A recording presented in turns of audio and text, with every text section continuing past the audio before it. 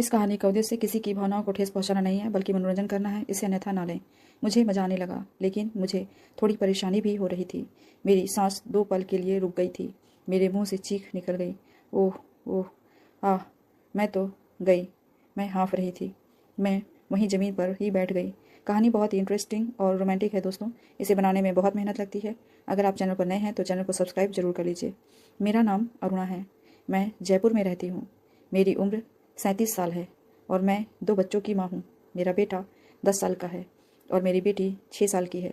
मेरे पति एक MNC में इंजीनियर हैं और ज़्यादातर घर से बाहर ही रहते हैं।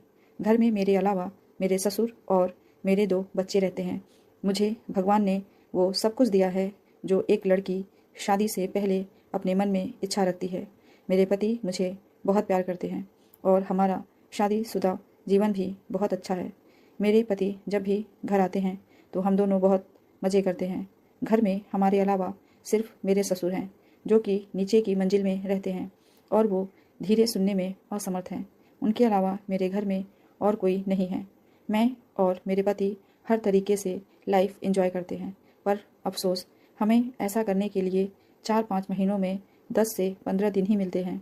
या ये कहो कि हम दोनों बहुत खुलकर एंजॉय करने वाले दंपति हैं। यह बात आज से 1 साल पहले की है। उस दिन मैं बाथरूम में नहा रही थी। मेरे दोनों बच्चे स्कूल गए हुए थे। तभी किसी काम से मेरी बड़ी बहन का पति अनीश, यानी कि मेरे जीजाजी, मेरे घर आए। कुछ देर तक उन्होंने नीचे मेरे ससुर से बात की, हाल चाल पूछा। फिर वो ऊपर की मंजिल पर आ गए। ऊपर आकर जब उन्होंने मुझे कहीं नहीं देखा तो रिति रिति बोलकर पुकारने लगे। मैंने जब उनकी आवाज़ सुनी तो मैं सक पका गई कि ये अचानक से कैसे आ गए। फिर कुछ सोचकर मैंने उन्हें बाथरूम से ही आवाज़ दी कि आप कुछ देर इंतज़ार करें, मैं अभी नहा रही हूँ। मैं सोचने लगी कि अब क्या करूँ, क्योंकि मेरे बाथरूम से निकलने का रास्ता मेरी बैठक के सामने से था और मैं हमेशा कपड़े बाथरूम से कमरे में जाकर पहनती थी। इसका कारण यही था कि मेरे घर में कोई नहीं आता था। मैं अब बहुत ही असमंजस में थी कि क्या करूँ। मेरे सामने कोई चारा नहीं था, तो मैंने निश्चय किया कि बाथरूम से भागकर निकलूंगी। यह सोचकर मैंने सावधानी से दरवाज़ा खोलकर इधर उधर देखा और जल्दी से भागने की कोशिश की कि जल्दी से अपने बेडरूम में पहुंच जाऊं। पर मेरी फूटी किस्मत की हड़बड़ी में मेरा पैर फिसल गया और मैं वहीं बैठक के सामने गिर पड़ी। इसे कहते हैं अनहोनी। कहाँ मैं जीजाजी के सामने जाना नहीं चाहती थी और अब वहीं उसके सामने ज़मीन पर पड़ी थी। जीजाजी भी भागकर मेरे पास आ गए और पूछने लगे, अरे रीति, कहीं लगी तो नहीं? वो मुझे आंखें फाड़ कर देख रहे थे। मैं शर्म के कारण ज़मीन में धंसी जा रही थी। गिरने की वजह से मेरी कमर में चोट लग गई थी। मैं दोहरी मार से मरी जा रही थी। मैंने उठने की कोशिश की, लेकिन मेरी कमर मेरा साथ नहीं दे रही थी। फिर मैंने याचना भरी नज़रों से जीजाजी की तरफ देखा तो उन्होंने मेरी स्थिति देखकर मुझे सहारा देकर उठाया। तब उनके हाथ काँप रहे थे। फिर वो मुझे सहारा देते हुए मेरे बेडरूम में लेकर आ गए। बेडरूम में आकर मैं अपने बेड पर बैठ गई। जब उसकी आंखें मेरी आंखों से मिली तो पता ही नहीं चला कि मुझे क्या हो गया। मैं कब बहक गई। हमेशा से ही पतिव्रता रही। जैसे ही मुझे होश आया और मेरे दिमाग ने मुझसे कहा कि ये गलत है, मैंने जीजाजी को अपने से दूर करना चाहा, लेकिन उन्होंने मुझसे कहा, अब हम इतने आगे बढ़ गए हैं कि अब पीछे लौटना न मेरे लिए संभव है और न तुम्हारे लिए। मैंने उन्हें फिर भी रोकना चाहा। जीजाजी, ये गलत है। मैं आपकी बीवी की छोटी बहन हूँ।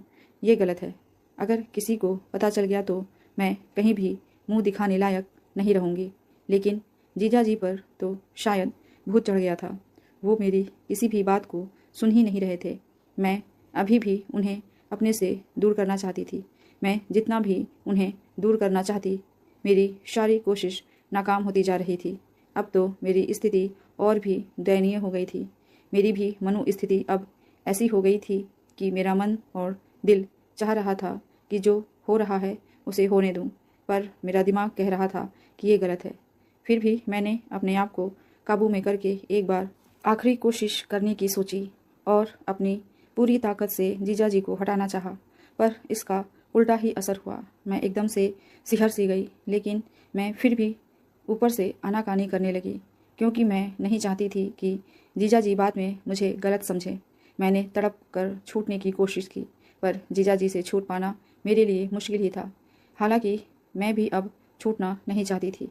मेरी ऐसी हालत हो गई थी कि मैं कुछ कर ही नहीं सकती थी। मैं एक जल बिन मछली की भांति तड़पने लगी। आखिर मैं भी एक औरत थी। फिर जीजाजी ने मुझे देखा कि अब मैं नॉर्मल थी। मुझे मज़ा आने लगा, लेकिन मुझे थोड़ी परेशानी भी हो रही थी। मेरी सांस 2 पल के लिए रुक गई थी। मेरे मुख से चीख निकल गई, ओह ओह आह। मैं तो गई। मैं हाँफ रही थी। मैं वहीं ज़मीन पर ही बैठ गई। हालांकि अभी भी मैं उनसे नज़र नहीं मिला पा रही थी। आखिर वो मेरी बड़ी बहन के पति थे। मैं बस कराह कर रह गई। ऐसा मज़ा मैंने अपने जीवन में कभी महसूस नहीं किया था।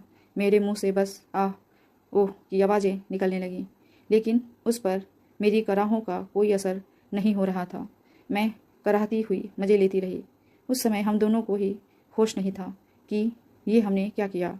बाद में जब मुझे होश आया तो मैं उठकर रोने लगी कि ये क्या हुआ। हम दोनों का ही नशा उतर चुका था।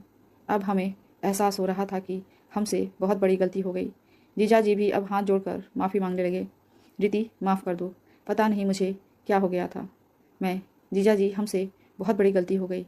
जीजाजी जाने के लिए नीचे गए तो मेरे ससुर उन्हें रोककर पूछने लगे, अरे बेटा, कहाँ जा रहे हो? अभी तो खाने का टाइम हो रहा है, खाना खाकर जाना। मैं मन में कहने लगी कि खाना खाकर? उन्होंने तो आपकी बहू की खा ली।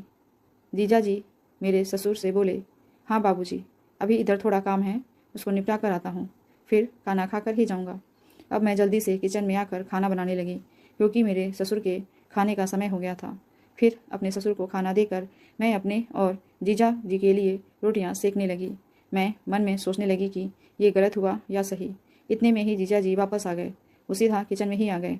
जब हम दोनों की नज़र मिली तो मैं बहुत शर्मा गई। फिर वो बोले, मैं जा रहा हूँ, मैं खाना खाकर जाना। तो जीजा जी कहने लगे, रिति, उसके लिए मुझे माफ़ कर देना। मैं क्या बताऊँ कि मैं उस समय शर्म से ज़मीन में गड़ी जा रही थी।